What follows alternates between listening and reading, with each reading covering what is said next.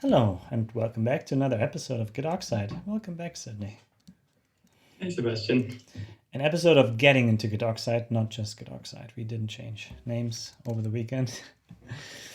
But we changed topics quite a bit. Yeah, maybe you can give us the summary, how we get to this, like from Bergen to this quick rundown. Today we're going deep into Git-Oxide, right? I mean, we were kind of stuck on Bergen, on it, not really stuck, but we ended up going with very simple implementation of getting the short hash, which was essentially just stealing the first 7 characters of the long one, which is not really correct. And there's a whole chain of things that has to happen to kind of verify that we can actually use that short SHA. And this is what we're going to implement today, essentially, trying to disambiguate the characters and trying to find the correct length. Yes, that's the thing. Like, is the 7 characters that we have by default, is this actually a unique object, or do we have multiple with that prefix? And to do that, you just have to search through all objects in the database, right? So that's easy. It should be easy. We do have code. We already looked up, or we looked at libgit2 already, which has a simple implementation, like a straightforward implementation of what we want to do today. Looking at packs only for now. So we would have to look at indices and multipack indices, which is this one, but they're pretty much the same. And maybe we should go to. Yeah, I think this is one question that I still had. Like, we essentially start with one of them, like we start with multipack, but to make it complete, we have to look through all of the indices, the index files, essentially. Yes. All the index files and also loose objects. And ultimately, this has to be something that is living on the object database itself, because nobody works with these files. They are, whether they're loaded or not, all this is handled by the object database implementation. So you don't even get to see that. However, in the test that we are going to write, of course, we have access to some files there. And yeah, let's see if we can make it work. So we go bottom up, so to say, from the most simple, so I hope, to more complicated ones or more difficult ones, while the source code of libgit2 can always be, guiding on how to implement this, because that's like total computer science with half bytes and things like that. I'm usually feel a bit insecure when it comes to that, because also, then even in Rust, you have to deal with it, and you can make a lot of mistakes.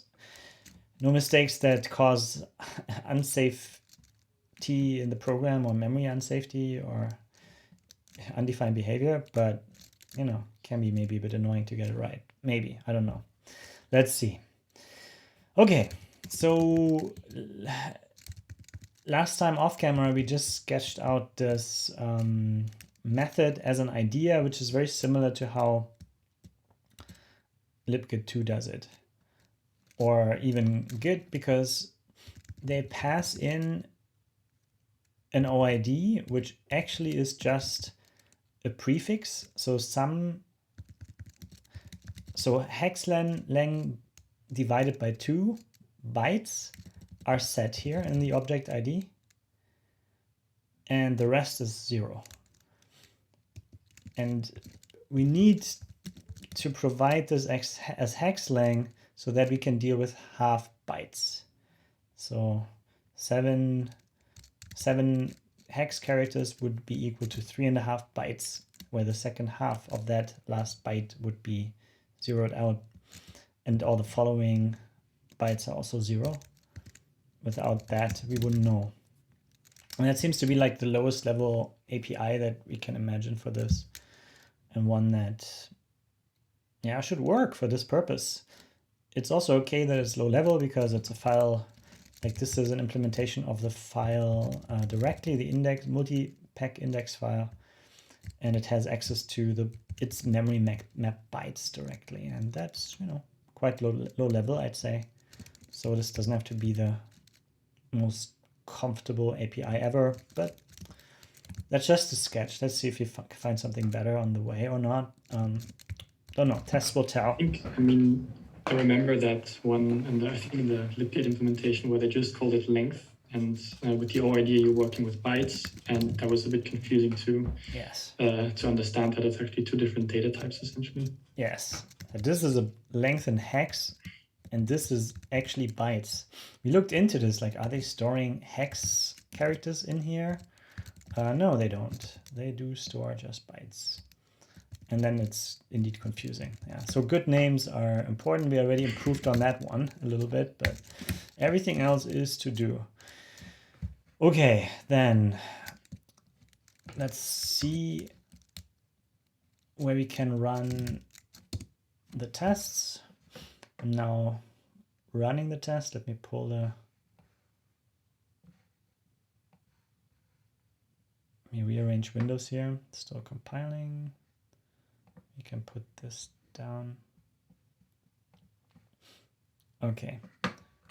So let's see if we find the files, the tests we're interested in. Pack, index, multi-index, write, verify, access. So that probably is related to access because we're looking up an object by prefix. So if I double click this here, unfortunately I can't jump there, which is a bit strange. This means there's only one test here, but I should be able to get to it. Okay, fine. fn access. This gives us what we're looking for. Yeah, that's okay. So we do not... Yeah, so there's just one basic multi-pack index file here. And I do not know anything about that. I don't know much about it, except for apparently there's 860 objects. And I guess we have to start to call lookup abbreviation and maybe also understand what's already here. Ah yeah, so lookup is called. So this access thing, what it tries to do is, there's so much hidden here. Do I have to enable this? Can I just get rid of this? Okay, fine, enable it. I don't know how I can get my screen space back here without enabling the feature. It's like, we want to enable it or else I will stay there.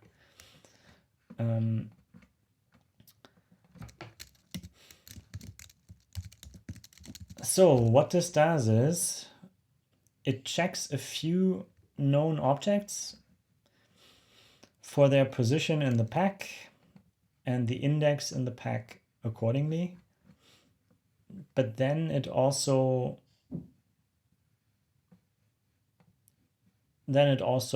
just enumerates all the objects and does some generic tests on it.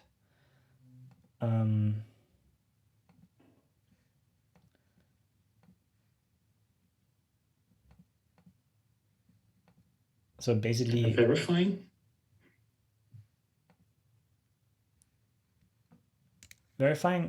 Sorry, say again. Yeah, kind of like verifying the file integrity or kind of what it looks like here. Yeah, I mean, verification is technically a little bit different because then that will check the checksums of the file. It will validate that the data in there is consistent. This one really, it just accesses data of that file specifically and validates that if you iterate entries, this was a thing I didn't understand initially, like you can iterate entries here, and entries are just all the data that is available about or in that particular multi-pack index. And then it just accesses this data itself and assures that this is actually correctly set. For instance, if I would mess this up here with either, which is trivially implemented. If you would set this pack offset to 0, there will probably be a lot of breakage.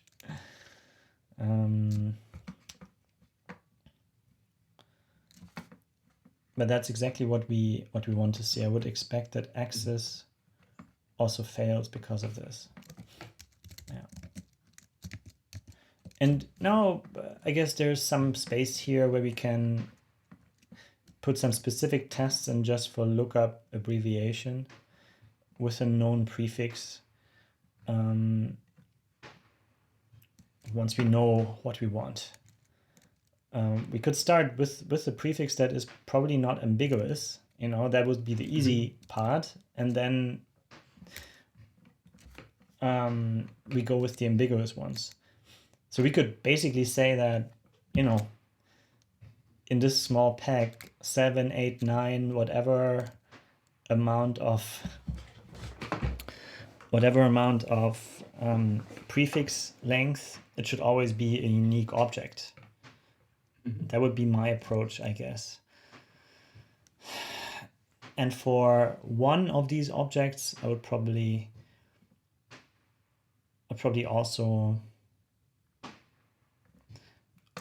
try to vary the hex length or something like that. So that, yeah, we force ourselves to deal with all of these different ones starting at 7. So that you just have a big spread of kind of generic testing there that forces your algorithm to, you know, go through its paces. And then I would put some handcrafted tests there that deal with ambiguity more.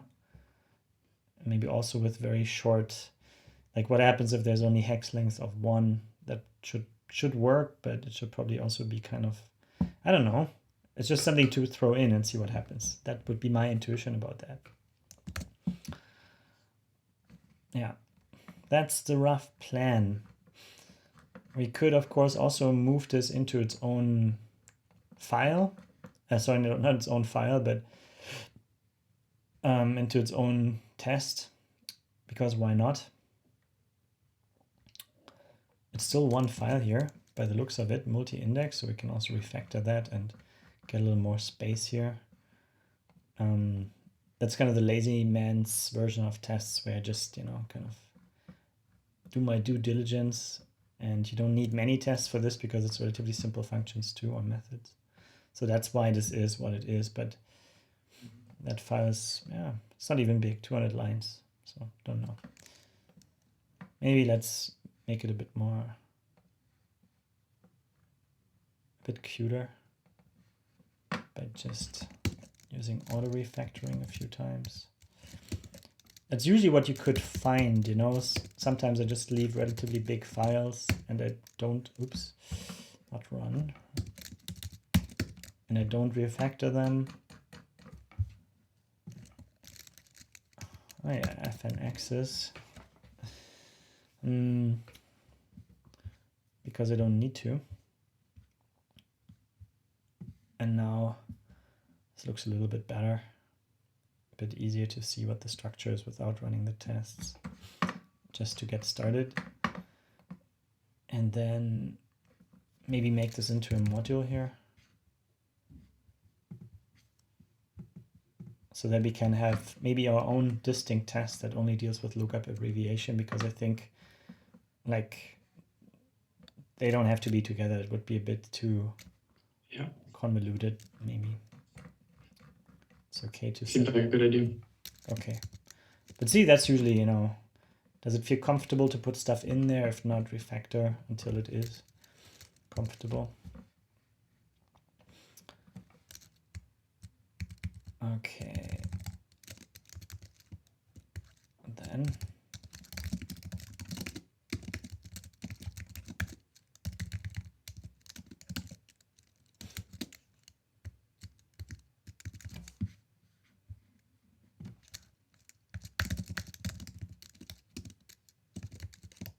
I hope not too much is red here. Ah, not much. I'll just copy this down. Okay, that should be it. Still happy.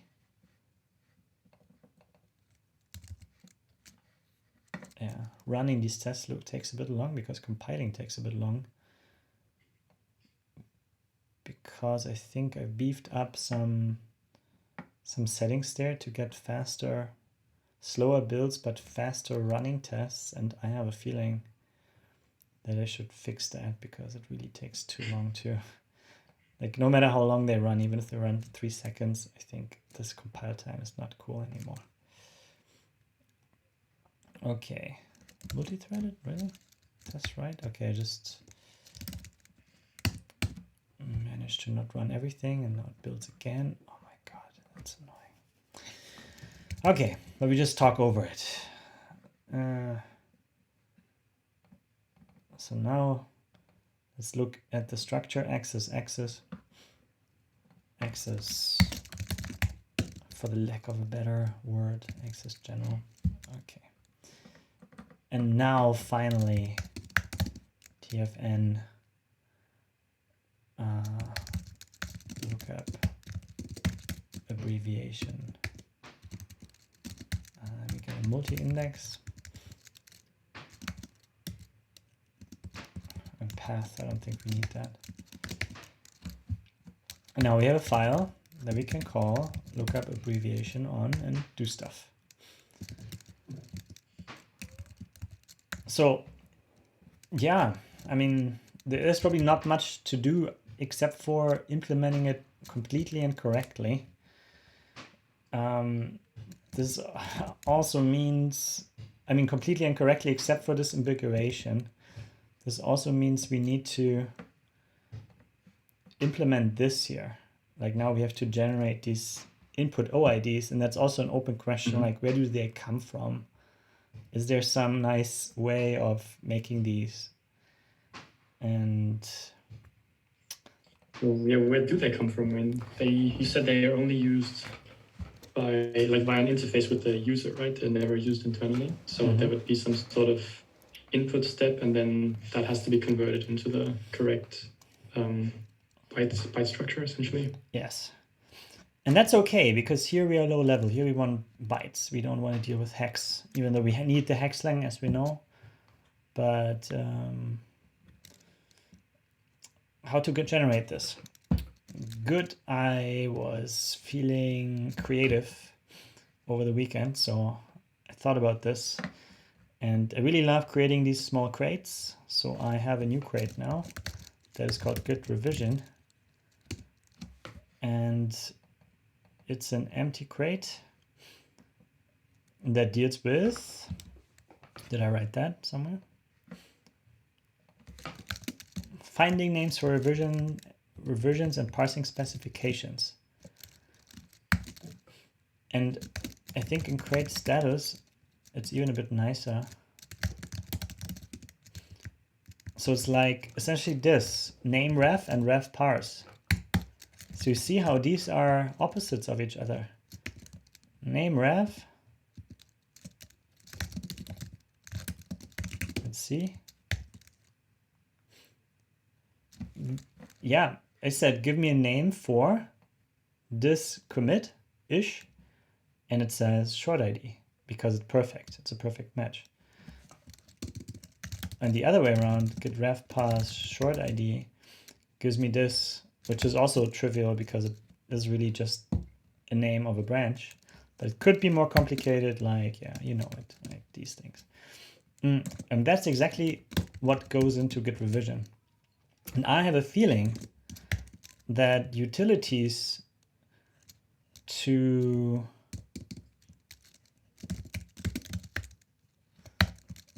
deal with this is a short ID essentially. To deal with this, look how this is now clearly ref parse. Yep. And ref parse goes into Git revision. So we can just dump some functionality there that might change over time and use it for now. And this is where it belongs, you know? I think this makes perfect sense, yes. It was interesting for me to, you know, it's the first, when I made Git revision, it was, you know, that's where this came to me, that finally, look, that's actually opposites of each other. They're not named like that.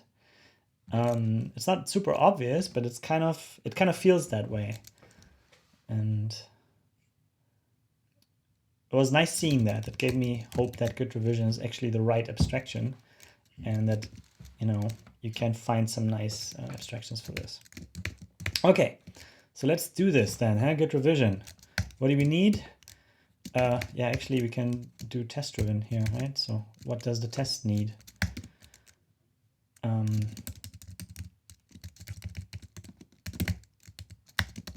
Yeah, just copy paste here to get started, which probably isn't actually, it's not needed. It's annoying. So annoying. For entry in, because it's easy enough. It's like sometimes like how much easier could it be? Okay, so now we have every entry, and I feel it would be nice to also have an index to be able to do some more math with it. Like how do you get the hex length that you need? Like you need to generate short IDs now. We have entry OID, and we can say 2 hex with lang. And that's the input then. We can just generate the hex lang, the original one, and then take this and create a short OID that is binary. So this kind of emulates, okay, user comes in with a hex, with a short ID. So now we generate exactly that. And then we transform it back the way it would be transformed later as well. Just need a hex length. So can start with 7. What about index modulo file object hash? We are hash in specific. Length in hex. And then we just clip and say the min value should be 7. Something like that. So from 7 to 40, essentially. Should be. I'm always, you know, not very confident about my arithmetic and these kind of things. It really is like that, because this is always where I mess up. It's just my experience. But that's all you need, right? You need to know your strengths and weaknesses, and then you can just work around your weaknesses. Okay, but what does that mean? This means that we do a few with 7. It's not like this starts at 7. This is like, can this also start at 7 and go from 7 to 40? Or it's more like 7, 7, 7, 7, 7, 7, 7, and then it goes up to 40. I don't care, really. It's fine. We have 860 objects. But that would be the kind of thing I'm thinking of. Like, can this be done? Yeah, sure. Sure, it can be done somehow, but I don't know. Okay, I'm happy with this. Should be good enough. And it makes no difference. Literally, like, how many 7s you repeat there, I guess. Okay. Show me. What does this? This makes hex display. So we go with toString here. And that should give us hex OID that is short. We can assert that just for good measure to say that the length in bytes or in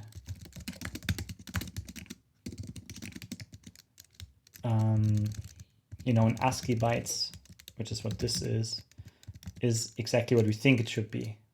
Let's see. Okay, I just run this one here, blah blah blah blah, which also takes a long time now. 3, 4, 5, 6. Oh my god. 7, 8, 9. Honestly, 10 seconds. Oh. Okay.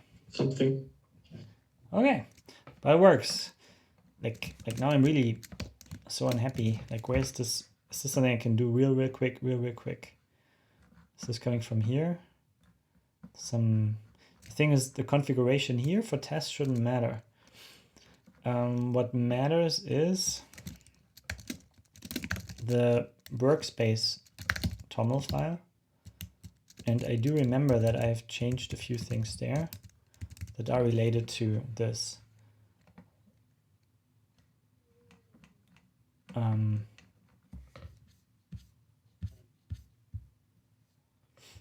but that's release config, that doesn't matter. And I think this might matter. So we optimize git pack, and maybe this is why we optimize it heavily. And if you do git pack itself, like if other crates pull git pack in, then you get the optimized version. But right now, while we iterate on this one, this gets optimized too, I think. And that takes a long time. So let's see if this affects our build here. Okay. It did fail. Really? Well, I mean okay, but I think it's now down to 1.3 seconds. Okay, that's the way. Awesome. I think that was worth taking a real quick look. Definitely. Okay, cool. So that is as we expect. I guess we can also, no, let's leave it. No, why not? You know, this code is a bit inefficient. It creates a string each time, heap allocation and so on, but that's how it is. Doesn't matter. It's fine. No problem. But I think about it on record. I think about these things. How much time do we have? Oh, we have a little. Okay, so my goal would be to write the first test at least and have this transformation somewhere. Okay, now git revision. Let's use that and let's figure out an API for this. Dev dependencies, git ODB, git revision. Oh. Okay.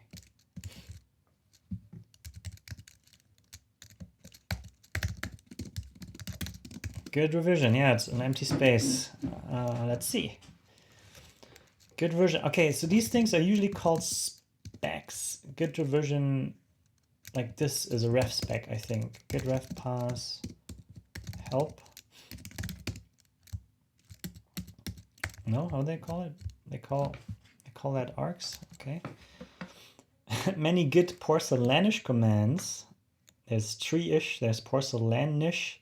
That's not binary here, that is more like a gradient. Then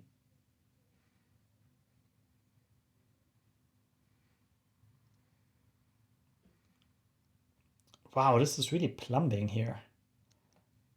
Git ref parse, I use it a lot, but it seems to be plumbing the way they describe that. And what are these args? Wow, can do so much. It's amazing, right? Like, wow. I did not know this thing can do so much. It's nuts. But I think some options must be repeated. Specifying revisions. Okay, a revision parameter ref typically, but not necessarily, names the commit object. Yeah, so here they probably describe like all the ways you can do this. Wow, it can even parse this. Amazing. I did not know that, for example. Many things I don't know. I just want to see what the name is of this. Like, they call it revision. I thought they call it ref spec, revision specification. I've seen that a lot. Ref spec. So I want to know if I can do this without going to hell for making up a new name for something that has a different name.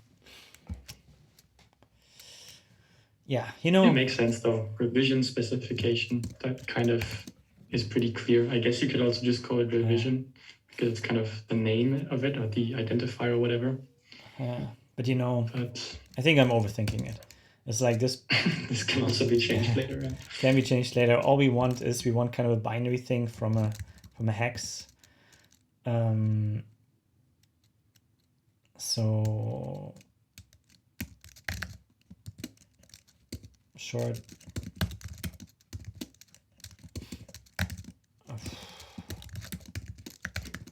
to OID or something maybe. So we give it an abbreviation and convert it to,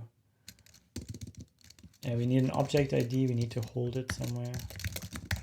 Something like that, I can imagine. And then you pass it the hex OID. And yeah, then you just get the OID, the prefix, with the correct amount of, with the bytes and bits correctly set. I think that I can imagine. And this is just a function. It's very specific. It's low level, and maybe it moves somewhere else, maybe not. But that seems right. I don't know about AppRef, even though we already have file lookup AppRef. Usually decent APIs, they don't abbreviate so much. So an abbreviation for abbreviation. Last time I was joking about it and mocking Git a little. Now I'm doing it myself. So what would be a different name than lookup short ID, or just short? Or how do they do it? Let's learn. Prefix. And I like prefix. Prefix, yeah. It implies that it's something that is not the whole thing. I like it. So let's do that first. Prefix. And now we get rid of lots of problems with one change. Prefix. To object ID. All right. It's a hex prefix, but I think it kind of... I was also just thinking that. Yeah. Okay. Hex prefix to object ID. Let's just put it top. Probably nobody else, if there's a module with one function, then you probably overdid the modularization. And that's that. Okay, so we give it the OID prefix, the hex lang, and we would expect this to be present or non-ambiguous, because we just encode this right now into an option here. So we can't tell if it's not there or if it's ambiguous. And I think that's okay. Like, I wouldn't know right now why I would want to see the difference. Like, now I know why I want to see the difference. It comes later, right? I mean, yeah. Essentially, the function that will use this function will need to know this. Yes, but the function cannot determine if the object does literally not exist or if it wasn't returned because it was ambiguous. You see? Mm-hmm. Like, it's an option. If you don't want to go with any specific type there, then it's an option. First one says it's present, second says it's ambiguous or not, and if it's here. So if there's some, none, it's ambiguous. That already sounds too complicated. Yeah, it does, doesn't it? It's just that next problem to solve, the hard problems come first, like the API and how to call this thing names. Like, the type to use then needs to be shared somehow. Within Git pack, we can share the type that says it's ambiguous or not. Like, this would be something now, right? This would not be an option. This would be prefix, info, prefix, whatever, result, I don't know. Mm-hmm. And then you have something specific in there, which can be generalized, so we can have this type and reuse it. But it also needs to live in loose object database, and that is in a separate, that is entirely separate. It's in a different crate, so then your one type that needs to be, but that's fine. I think it's fine. I think too much ahead, you should just do it and then solve problems as you encounter them. Git pack is used by git-odb, and git-odb is the thing that implements the loose object database, and only that. And there you need to implement the lookup prefix method on that loose object database, and this will have access to prefix result. So we can just find a good name for this type and have a type like this somewhere here in git pack. I don't know. Maybe somewhere git pack. It's also kind of like git pack depends on hash chunk object. I'm thinking, is there a better way to dump that thing in, to dump the type in? Like git-hash is literally everything that deals with object IDs. And we could, like git-hash, like we could have a partial hash or something, partial hash type that even encapsulates what you need to know. It even encapsulates the length in hex. The length, okay. And we could do that, I think. And then you just, you know, go with that. And then everybody can use it from there. And maybe that's the way. I don't dislike it at all.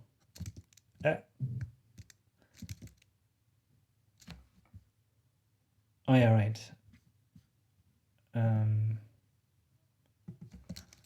Here we go. Trying to get there.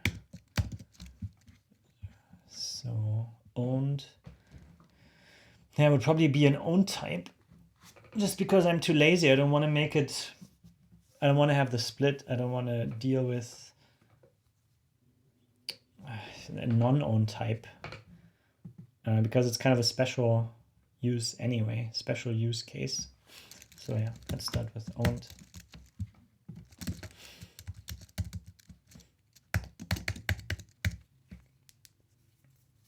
And then in theory, we can even add the constructor or some helper there. Object ID that does the computation and gives us, given an input object ID and a hex length, it gives us the truncated thing. Maybe that's even more obvious than object ID prefix.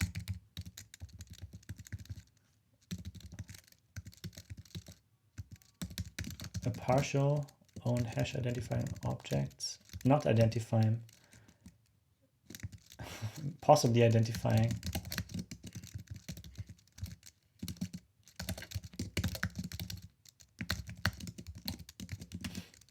Uniquely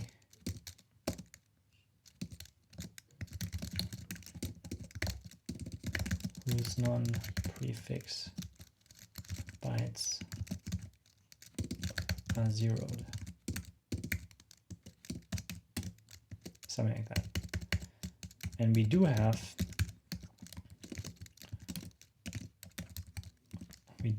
the prefix itself, or the ID, or partial ID, I don't know, object ID prefix. Oh. What about git-hash prefix? I think that's better, because ultimately it will be imported to the top level, so git-hash prefix is the name. And then we can call this, still doesn't solve the problem. Prefix, C names are the hardest. ID, prefix ID, but it's not an ID.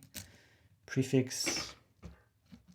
But it is an ID, right? I mean, it's just an ID that we don't really know the length of, but it's still a full ID.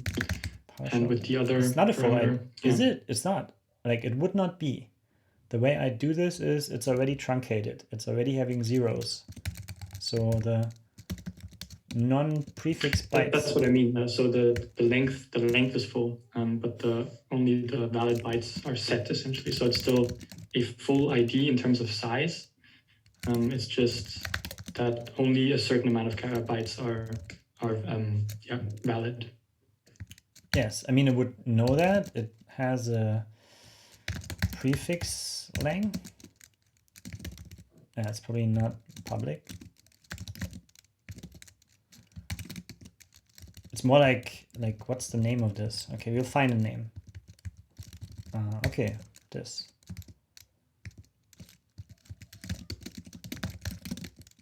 Okay. Okay. Prefix, partial, prefix, prefix, prefix. Let's just call it like this and figure good names out as we write the test, something like that. Okay. And now, good revision. I advertised you so much, and now you get to stay empty because it's instead git-hash who gets the deal. Let's see how it feels. Prefix from ID. We can just pass it the entry OID and the hex lang, and we will always get the thing out of there, I suppose.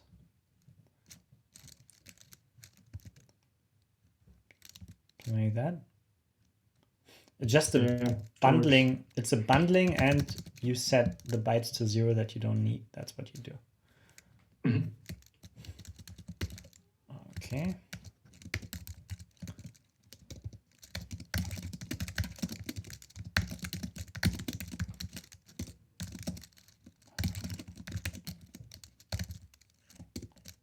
I import it here.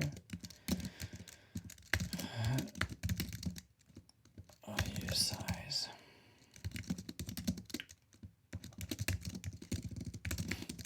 Okay. So now comes the stuff I'm always afraid of. So here we do the copying essentially. Here we literally copy what we can copy. I mean, it's really these lines that we can transcribe into Rust, more or less. Mm-hmm. Because that's what does the job.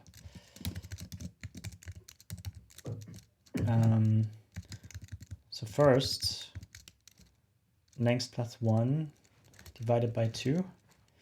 That's the amount of bytes to copy.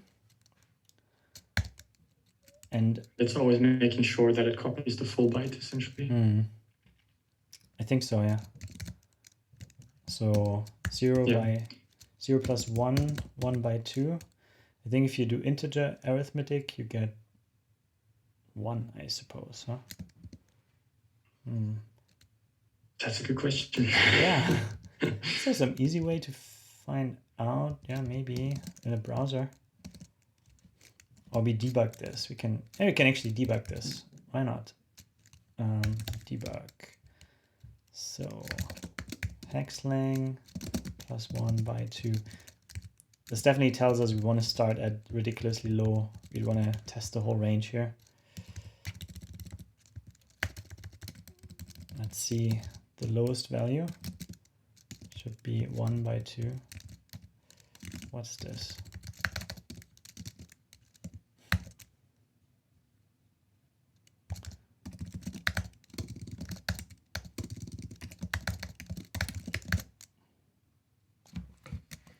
Okay, running it.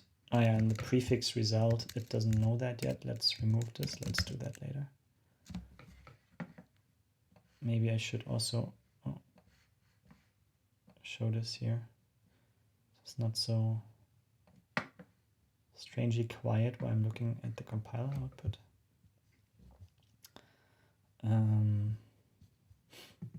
The trait OID is not implemented. Oh yeah, right. Let's remove that.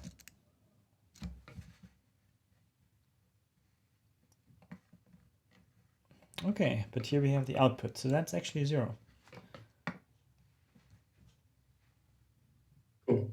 Then, yeah, that always copies the minimum. No. It's 0, huh? So if length is 0, then this is 1 by 2, so that's the lowest it can go.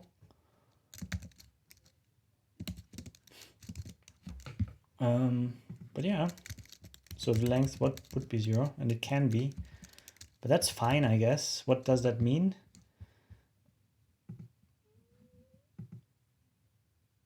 Like, but that's okay. Yeah, no. So that's 0, right? So 0 is 0. There's nothing. Exactly. So it always copies the minimum amount of bytes over, and if it's only a half one, then it'll copy the full one. Yes, it will copy the full one. So we have a full one that we use to set half of it empty. This is what this does. Yep. Yeah. Okay. So we need an empty bunch of bytes. Oh.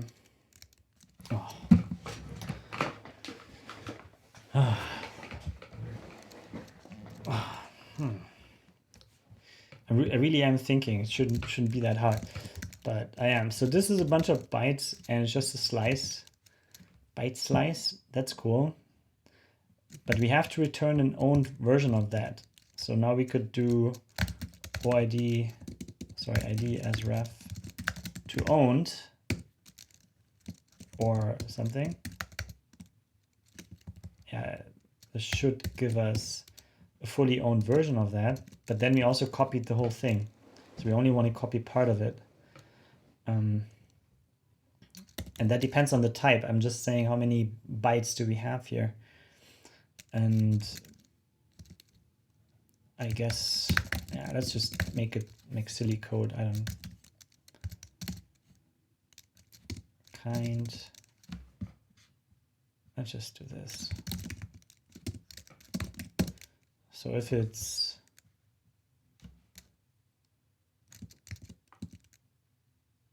so now we have a backing buffer that is 20 bytes in size. And it's 0 initialized. Oh, I really don't know what I'm doing, but it's okay. Just barely. So this is what we know. And now we have a destination to copy into. And then we can turn this into an object ID quite easily, actually. So ultimately, after copying, you can say object ID. Because we are in the crate, we can just create one ourselves, SHA-1, and make it like this. And now we have the prefix.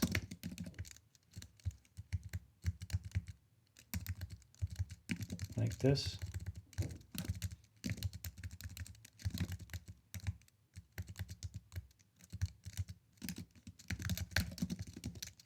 And we call this inner. That's fine. And then the prefix lang, which is this. Maybe we should call it prefix lang then. Okay. And it does not like this because git object. Oh. Okay. Yeah, that's better. So you see, if you say, I will do the work for you and call as ref on something that implements this, then yeah, usually end up with the pattern like this where you call it once, reassign, then you just use it as before. Okay, but that is the basic type, what do you call it? The basic type setup, I think. And now we do the copying.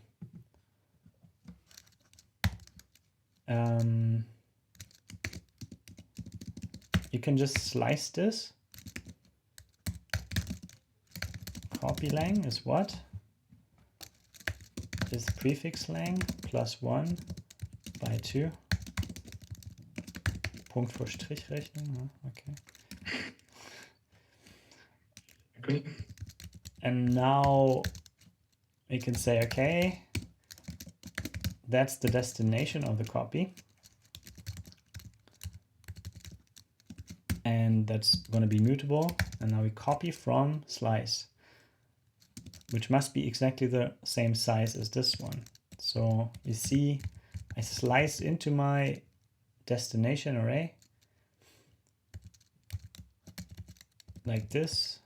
And now I slice into my source array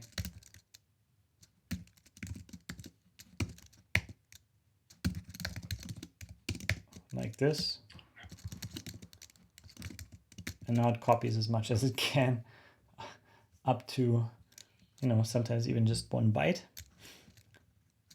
And now we just have to do this one here.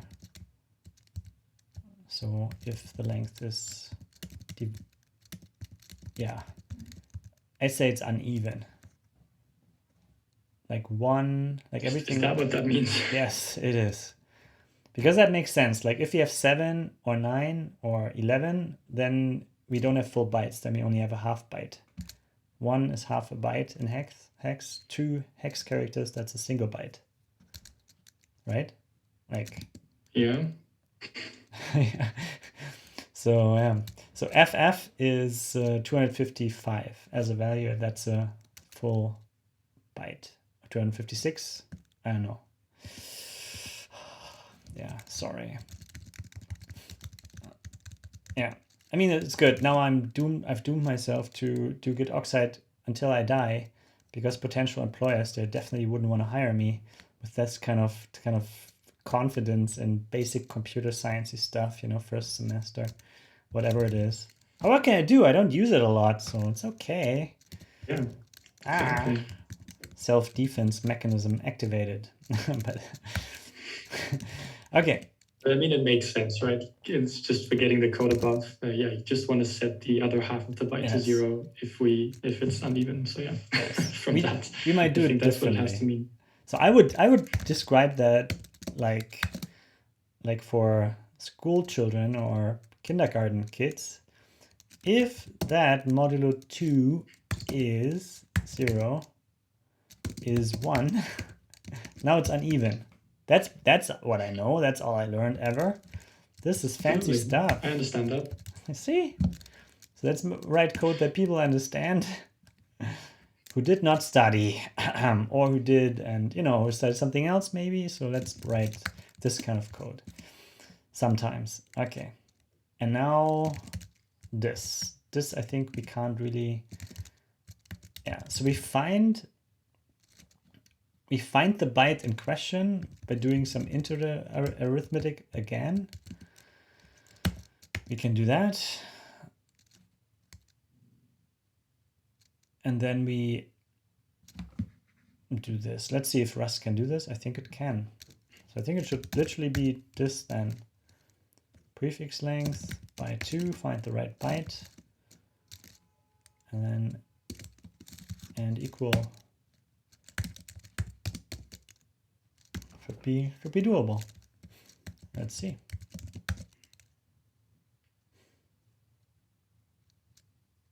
Yep. So that works. Cool. So we have no idea whatsoever if that actually is the right thing or not, which, you know, would probably be good to know. But then, yeah, how would you test this? Should be testable, should be easy.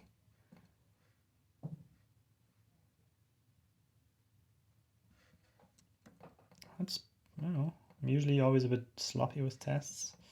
Short hex. I do have, really, just a 1 test here. Okay. Let's add another one. Mod prefix. TFN initialize from ID. Okay.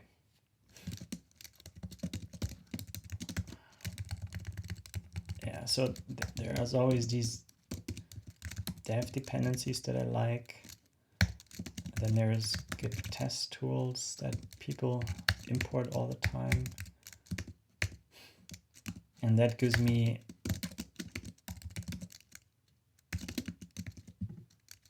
access to something nice, which is hex to ID. So I can just make a few examples here and see what happens. Let input, let's call it OID, be an object ID.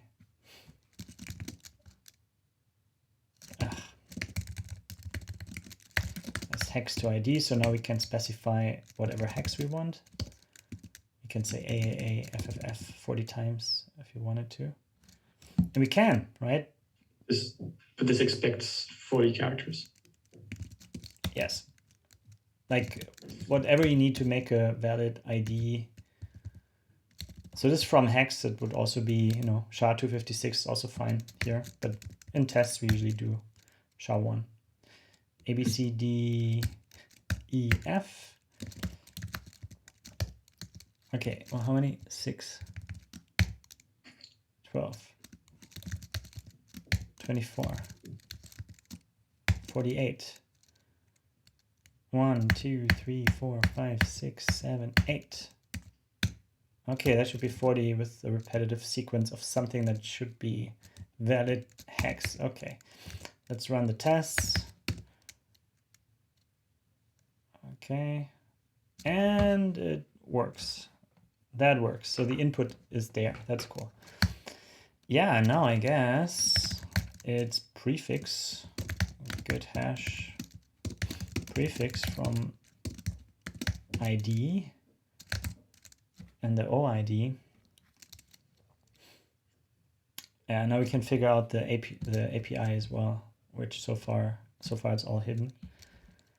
Give it the OID, give it the prefix length of, yeah, what about 0?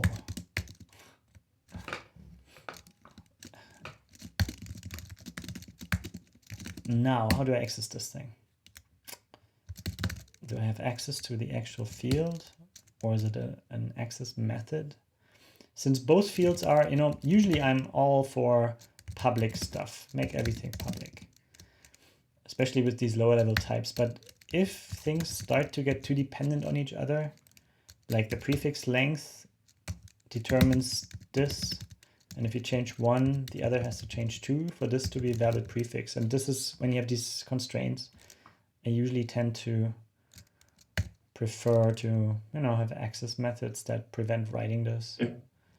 And, you know, add things as needed that make sure the invariants are met. Mm-hmm. But that's really after that kind of train of thought. Otherwise, if it's just data, public everything, and you're good. Because we don't do Java here. So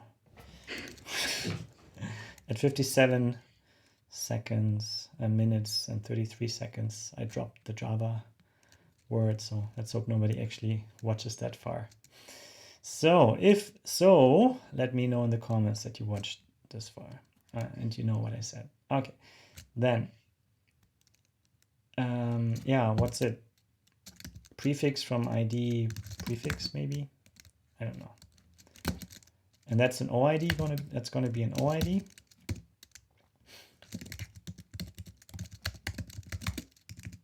And it's all gonna be 0.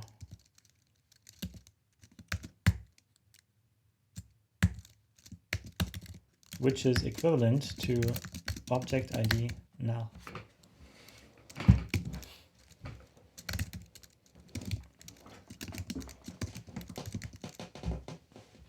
Yeah, so that's a full null here, and null is null. Then we don't have to spell it out. Assert equal. Yeah, we don't have that yet either.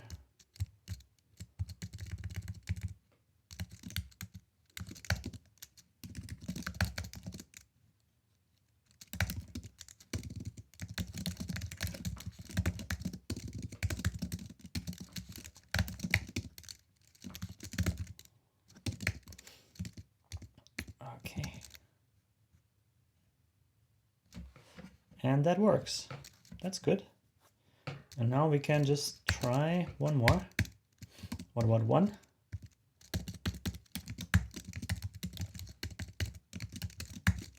Yeah, and I guess now we can go in a loop.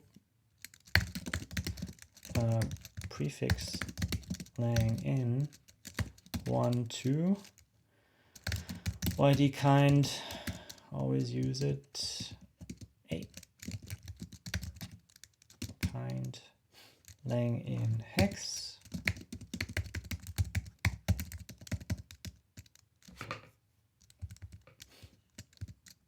And now pass the prefix lang here.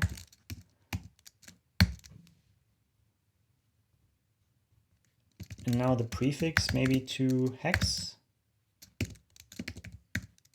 should be something we can determine by, yeah, adding a lot of zeros. So you can now build your own, essentially, maybe, by taking the original OID,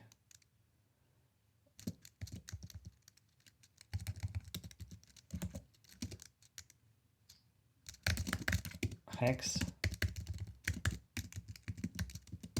and maybe, yeah, build one.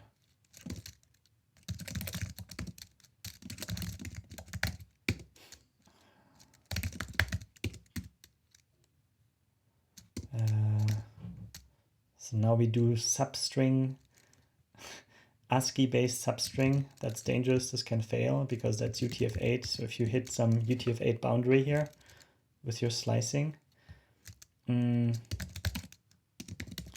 you get a panic, but that's okay for us. I just create an own string for that and then add a bunch of zeros. So take, that makes sense. Now if this is 1, take up to 1. That makes sense, yeah. And then just put more zeros in there for, yeah, 1, this minus.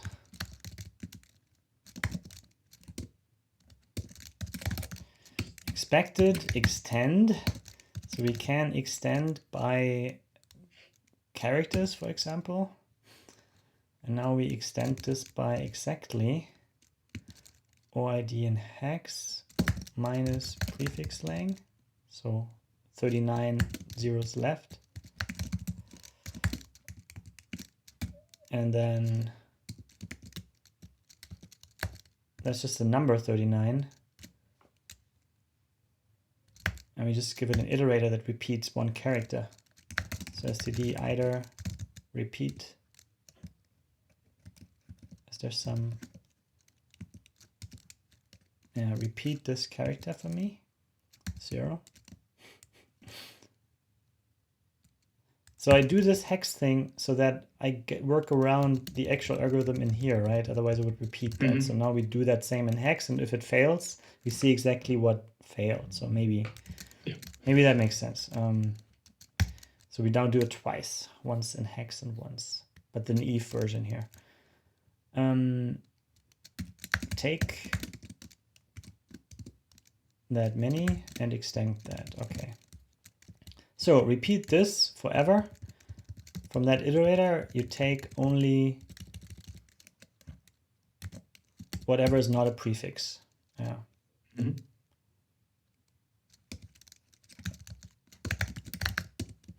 Take 0 count.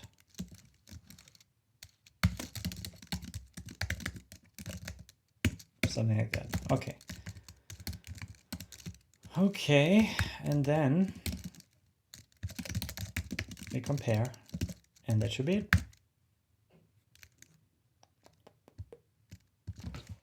What? Mismatch types. Oh yeah, 2 hex. Fine. So, ooh. Ah no, not ooh. All good. Just 2 string. I was thinking, oh, now we have to do something with hex lang again, but no, this is just 40. This is just complete. And it meant, I mean, it works. It works. But that's too good. That's way too good. We must have made a mistake. So let's take out this thing. Okay. So now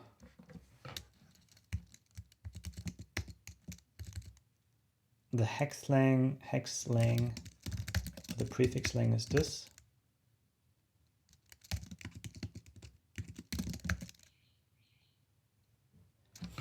And if the prefix length is 1, we expect this, and that's correct. And this is what we get. That's not correct. So yes, it seems to work. That algorithm seems to work. Okay, cool. Well, that's something. Oh. So now just Nice. an hour later, right? An hour later, we have this big part of functionality that allows us to create the binary version that we want. We have a test, we create a prefix, and we can share that prefix type with whatever. But nothing else has been done yet, so I guess that's for the next episode. You know, that's okay. Sometimes I really think that, oh my god, so slow somehow, but then again, not really. I guess it's just the work you have to do, right? I mean, just have to look at everything and just build up the basis, and then it just chugs forward slowly but surely. And better ask one too many questions on the way, like should this be like this, should this be like that, write one too many tests if necessary, so that it kind of comes to you. This forces to be very intimate with the material that you're working with, and it kind of happens naturally. And I think this brings me back to my initial, like what I keep saying, that I'm so terrible at certain computer sciencey things, and it's kind of true, but I know how to bypass that terribleness by just writing the right tests and kind of approach it from a different angle, and and just work that way. And this automatic tests, they automatically make every problem go away. Sometimes they're part of the problem. They let you fail quicker. Yeah. And then you just get to the solution quicker. Yeah. And your mind wraps around the problem much more easily. I think it's a life hack. It's a thing that just makes everything easier, even though it doesn't. Like having to write the test and think about all these things, it doesn't make anything easier. But as a matter of fact, you have to think about it. It's just, if you choose not to think about it, it's this fake idea of, yeah, that's easy, nothing there. But it's there. You just never dare to explore, to open your eyes. And that's, and then in every simple thing, there's some potential complexity. Speaking of which, before we wrap this up, is there some potential complexity missing here? Like some input we didn't give.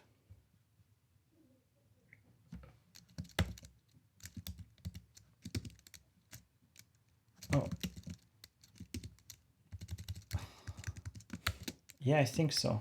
We have been very good citizens so far. So we have this, look, we have the boundaries here. It's really nice, like a pole that we put down. Okay, 0. We do that specifically. Then everything in between, from 1 to the valid last amount of, the maximum amount of hex that are actually there. So what happens at the end of this when we do OID, where is it? Kind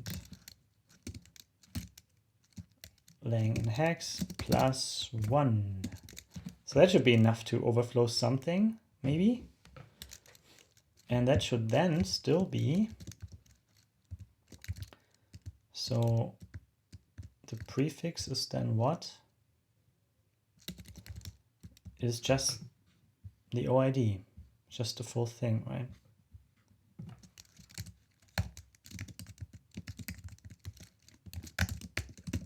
So that is that.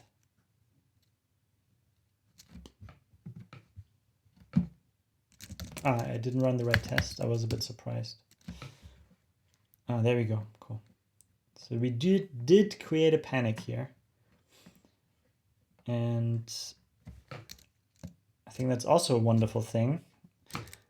To not get too smug about you writing tests and thinking you rule the world now, because you definitely don't. This is a simple case, but still managed to not check the entire domain. And we totally don't check the entire domain, but we check what matters, so to say. We know that. But we didn't do this, and that indeed does cause an issue. So whenever there is something with sizes, you always have to check, like, what happens if there's 0 or whatever the lowest, the min, and then the logical max, but also the max of the domain of the input, which is more than the logical maximum here. Theoretical, yeah. That's how you have to think. And in a way, you can do that very, very, like, just by the book, right? Ask questions. Prefix lang, what happens then? Just put that down right away so you don't forget about it. Like we would nearly have, and that wasn't intentionally. I was about to wrap it up, but then I dared to ask the question because also from experience, I know that I'm a smart kind of guy who overestimates himself sometimes. So that's that. Okay. But this also depends on how this or where this function is used, right? I mean, where this prefix length is coming from, I guess. So in my mind, if you use this function directly from user inputs, then this would always be computed, right? It would always be automatic. And there's never a case where you put this number in, I would say, manually. I don't know if that makes sense. Yeah, that's true. It's like the thing is, there is a valid answer to this. It's more like, do you want to have an error type here? Do you want to panic because that is a bug? Because nobody is ever supposed to do that, right? Like, should we silently do this, or should we put an assertion here so that's a bit nicer? Or should we just silently correct that and do the right thing? So again, to your question, like, who's gonna call this? Is that prefix lang ever controlled by the user? Maybe another question to ask. Or by some outside untrusted source that is not the developer writing stuff right now. And the answer is probably we don't know, huh? Probably not, yeah. Like, there is an intention, but in the end, you don't know. It's a public interface, so you can do what you want. So would this ever be controlled by somebody else? Like, there is this OID.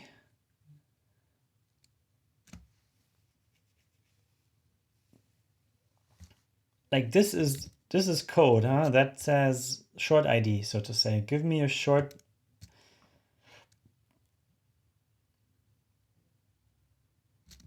From this ID, give me a short ID of this size. I don't know. Honestly, I don't. I'm a bit confused now.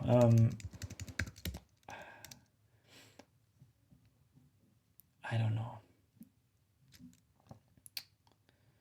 So it shouldn't panic like this. I know that much. So the least is an assertion. And just say panics if this is too big. And that's okay, I guess.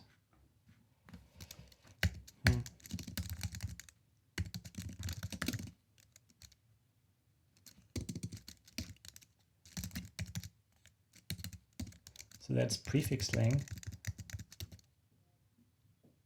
So that's hex lang though, right? Now we are kind of, it's a bit murky territory. That is the implied hex length there. Yeah, and it's really, let's make it hex lang. I was already confused now, like prefix, what?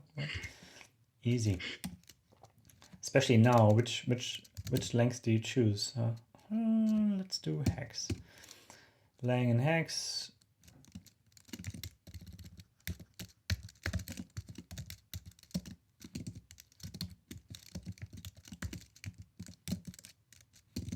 Something like that.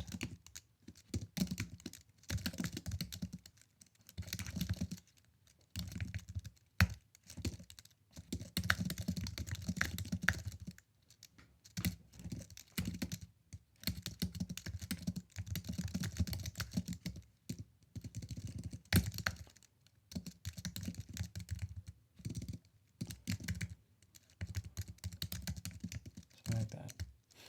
So now this will be this message instead of that panic later. That's good, we can catch it. But still not, I mean, now we have to write a separate test for that. That's okay, we can. That says it should fail. We can do that. Oh, okay. You can't handle that in the same test function. Yeah. I mean, yeah, then we wouldn't know anymore if it panics here or if it panics Sure. where it wants. Or like this has to be separate now. So now again, I'm lacking somehow the insight of where this method is used. Like when we want to get a short ID, we create a short ID like we did before by maybe using hex length, but we can also do this here. We can create a short ID using this, and then it's also part of the input that we get. And I think git-2, for example, just silently corrects that, if I remember correctly.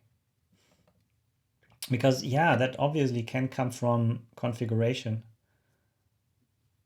And I think this is why it silently corrects it. But it's still a question, should we correct it here, which is a low-level plumbing crate, or should we correct it elsewhere where it's on a higher level?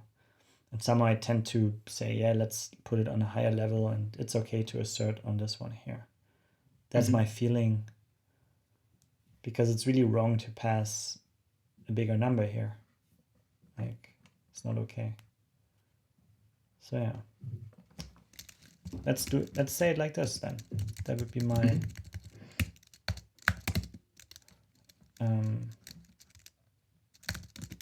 it panics if next length is longer than ID in hex.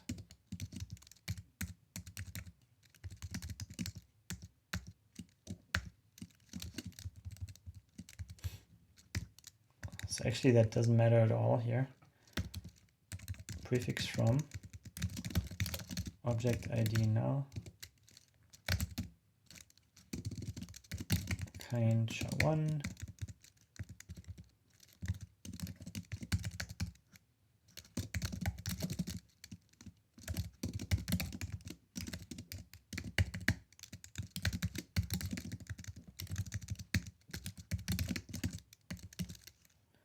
and that is nothing with assertion. It's really just panicking.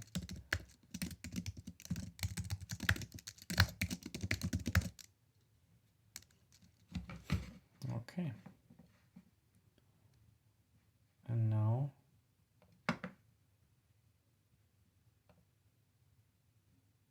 prefix from ID. It's both from ID, essentially. Okay, we can do that. Just put another one around. It's also something I like, to control your modules and make the output look good. From ID panics if okay, and from ID general various valid inputs. Run. Yeah, various. I mean, it's basically inputs based here, the differentiation. So yeah, fine. Okay, and we see the right thing here. I don't think you can check what it says on panic. So it's just, it must panic. Okay. But that's, I think that's it. That's complete now. So deceptively simple, that thing, but actually not so much. And if you compare this with, I mean, it's interesting, right? It's like, and they can't do that because they didn't separate that functionality. Like they definitely stay smaller than what's allowed here. They don't go higher than 40 in this case. Right. And they know it, so they don't have to check for it. So yeah, just put where it's supposed to be, and it's not generalized into its own separate thing. Like now it's part of a public API in our case. I think that's also a huge difference of, yeah, even git oxide over libgit2. Libgit2 is a library, and should provide this, but they only provide it if it makes sense, so to say.